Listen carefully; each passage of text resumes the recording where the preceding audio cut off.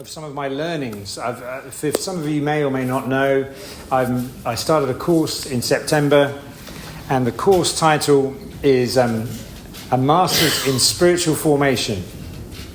I entered the course not really knowing what that meant. I'm gradually learning what that means. So I thought I might share just some of the things I learned, particularly over the last term, because it's been really helpful to me. So if it's been helpful to me, I hope it's been helpful to you. And I think it also just ties in with some of the things that God's been doing here recently, particularly through Sky and Belinda. Sky was baptised 2 weeks ago, Belinda today, and we'll just talk about that in a second. So there's a verse, quite a famous verse in the book of Romans, which says, "Be transformed by the renewing of your mind." Be transformed by the renewing of your mind. And so I remember actually a Bible teacher a long time ago saying to us, faith starts in the head, he said. Faith starts in the head. It's something that goes on in the mind. It's something once we understand, with the understanding comes then the beginnings of transformation, beginnings of faith. So what we've been looking at in my studies is how we go about being renewed in the mind, being renewed in our mind. And there are spiritual disciplines, there are spiritual practices to help with that. And so I'm going to talk about, some of you know this word or this term already, Lectio Divina. Anyone come across that? Lectio Divina? A few of you don't want to put your hand up, but yeah. It's a Latin word. It means divine reading. And so, particularly if you're newly baptized or on the beginning of the journey, this is a great thing to learn and to pick up, because I think it's a great tool to have in your faith toolbox. If you're old, it's a faith, like some of us, I've been singing these songs since we were in school, and it's still a great tool to have in your kit bag, and to grow in the spiritual life. And actually, because I spent a bit of time with Sky as she prepared for her baptism, and also Belinda this week, as I've been listening to these two talk, thinking, you guys are kind of doing this already. You don't realise it. You're doing something already that is bringing transformation and renewing of the mind. And I'll say more about that in a second. So, breaking news. All right, here's the thing. How we read the Bible on the whole, today, is not how it was read in the early church. Breaking news. Thank you, Wendy. Wendy's my sound effects lady. You can carry on with that. I'll explain. So there was a guy called St. Benedict. He wasn't called St. Benedict at the time. He was probably just called Benedict. But he later became known as St. Benedict, around the 5th century. And he started this order of monks, a monastery. And through him, he developed a meditative way of reading the scriptures, with what we know now as Lectio Divina. And it was a prayerful, thoughtful, meditative process where the words of the scriptures were taken, not necessarily whole long chunks of scripture, but just maybe short passages, and they were chewed over and internalized and prayed over. And I think I've said this before, and then the scriptures were thought to have layers of meaning. Yeah, so you would have a literal meaning. So what does it actually say? David killed Goliath. Okay, the literal meaning is David killed Goliath. Yeah. But then it might have a sort of a deeper meaning, a kind of an allegorical meaning. Who's done GCSE English? Yeah. Anybody want to explain what that means? No, I can't remember. Fine. It's just kind of like has a kind of an imagery, and often the New Testament and the Old Testament, the two sort of halves of the Bible, would sort of speak to one another. So David killed the Goliath, but maybe Goliath stands for something. Maybe he stands for oppressive powers or evil or something. So David represents like maybe Jesus or somebody who overcomes evil. Yeah, that kind of thing. We see those kind of deeper layers meaning. Then there may be a moral meaning. They might ask themselves. So these are the monks are thinking these things through. What does this scripture mean? So they might be thinking, well, what does this mean to me? How does it apply to me today? How can I overcome evil? How can I slay the giants in my life? What are the giants in my life? These kind of things. You know, what are the moral things going on? And maybe even there's a sort of a sense of what does this talk about for the future? So there's lots of different layers to this stuff. It's more than just David killed Goliath. Move on to the next story. Yeah, we learn that in Sunday school. Draw a picture and go on. Do you see? So there's something deeper going on. And there was a guy called Guigo II. I've been really into monks recently. Yeah, Guigo. Anyone heard of Guigo II? No. He's the sequel to Guigo I. He was great. Usually the sequels are not as good as the prequels, but actually in this case, the sequel was the best. So you should check out Guigo II. Watch the sequel. There was actually the Guigo III, but nobody knows anything about him. But anyway, 12th century French monk. And he put this Lectio Divina practice. He put it into he wrote a book to monks or a letter, and he said there's 4 steps. It's simple, 4 steps. You read, you meditate, you pray, and you contemplate. And what he says is this. I love this. He says, reading seeks for the sweetness of a blessed life. Meditation perceives it. Prayer asks for it.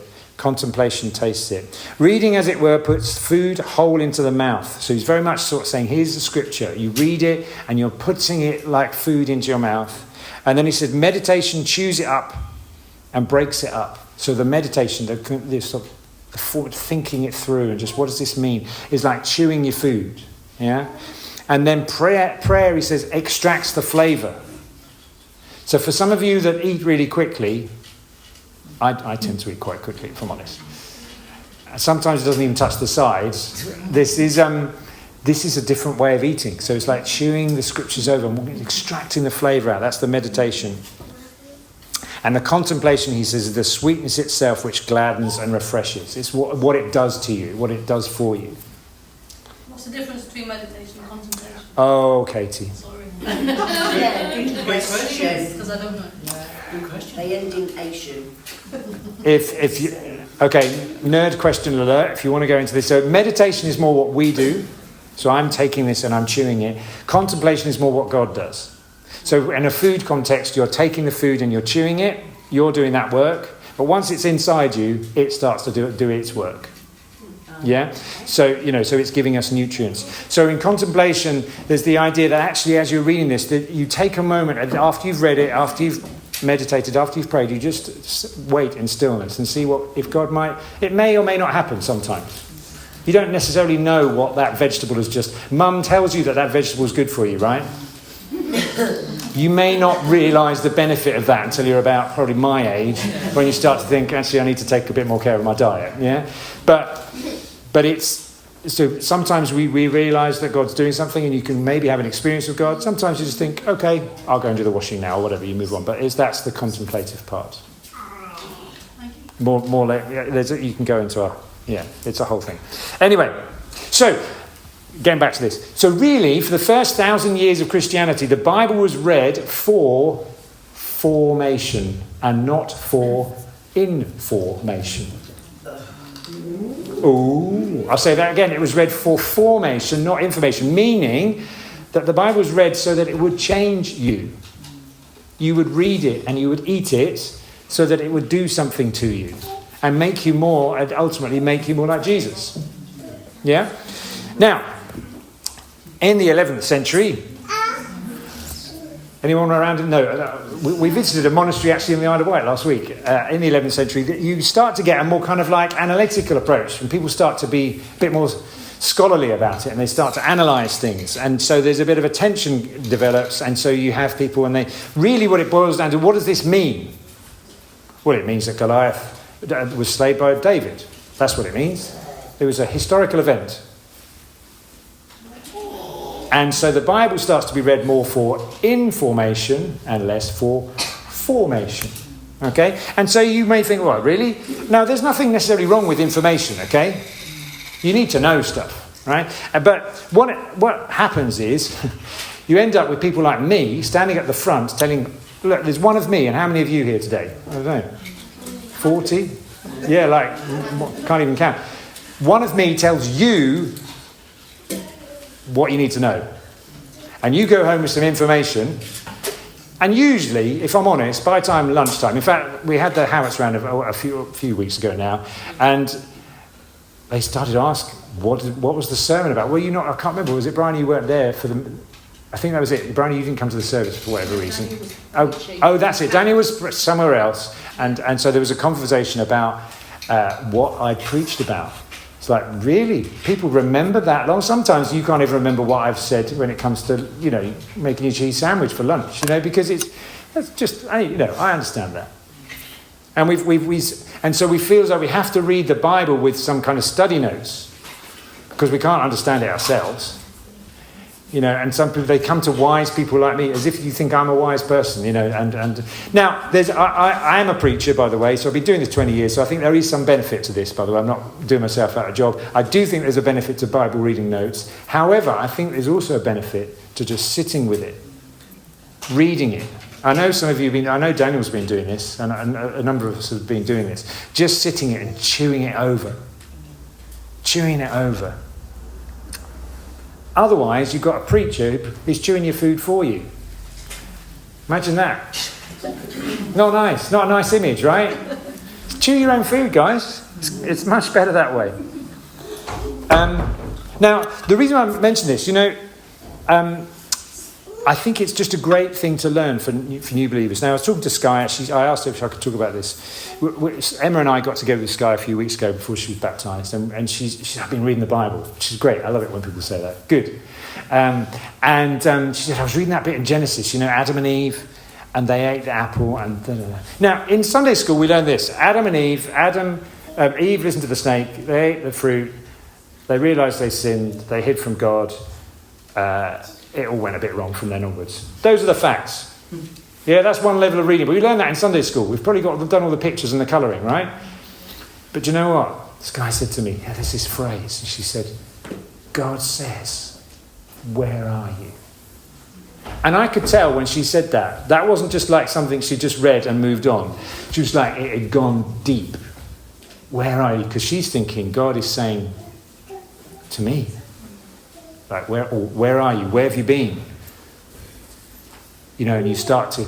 And I can tell Sky has been meditating on that and reflecting on it and maybe even praying it and possibly even having an encounter with God with it. That's the contemplation bit.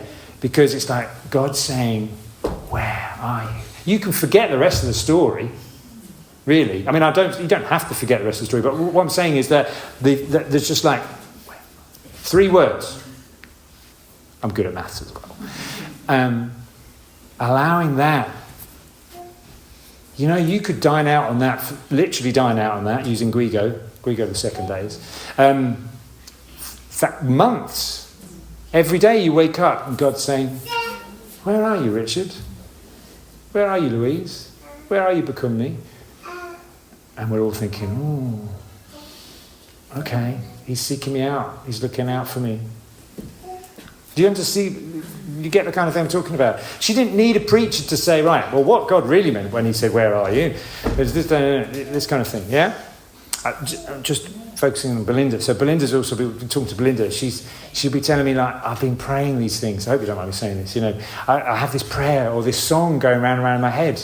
It's like, where's last meditation, really? It's kind of like, and it really helps me.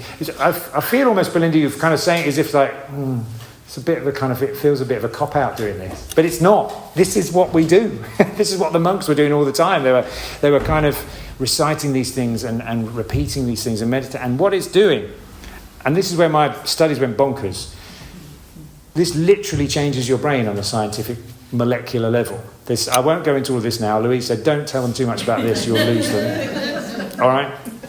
So I will just say, if you want to talk to me afterwards about neuroplasticity and epigenetics, come see me. But literally there are studies that show that if you practice this kind of meditative practice, where you're repeating and chewing it over, it literally changes your brain on a cellular level. All right? So when Paul wrote this, be transformed by the renewing of your mind, I don't know whether he knew that, but actually there is scientific evidence that if you practice this kind of thing, this is one, there's lots of different ways of doing it, but this is one way of doing it, you will be transformed. You will be a different person. And I think some of us realise that. We look around the room and we think, yeah, or maybe even just you look at yourself, think of me 20 years ago, 10 years ago, 5 years ago. I'm a different person now. And so I just want to, I'm saying all this because today we're baptising Belinda, and Belinda's going to tell a little bit of her story, but we always talk about baptism as something coming from the new to the old. Sorry, that's it. Old to the new. Good job you're listening to the preacher and paying attention. Yeah. Old to the new. And this is a moment where that happens, where we baptise someone, they are coming from the old to the new. The old has gone, the new has come. But there is also a formative thing that happens within us, that we allow this to happen continually and to keep going with it. So I wonder whether just before, I'm going to read you a bit of scripture. This is maybe there's something. If you guys thinking, well, what can I? How can I do this? You just start. You don't have to take a long, the whole book of Leviticus or something. You can take a short thing. So it says here, this is where Jesus getting baptized. It says, just as Jesus was coming up out of the water, he saw heaven being torn open and the Spirit descending on him like a dove. He saw heaven torn open and the Spirit descending on him like a dove. Just chew that over. Heaven was torn open. Torn open. And the Spirit descended on him like a dove. And what you would do is you would take those words, if you were going to practice Lectio Divina, we haven't got time to do this now, but just chew them over. Chew them over. Imagine that. Let it hit you. And a voice from heaven, you are my son, whom I love. With you I'm well pleased. You could take those words again, just chew them over. Allow the Spirit to move through them. Pray them. Now we have a baptism to do, so I'll let you, that's your homework. Try it out. Try out. A bit of Lectio Divina. It's good for you. Changes your head. Changes your brain. Well, not necessarily your head. Maybe that's why I've lost so much hair. I don't know. Changes your brain. Transforms you by the renewing of your mind.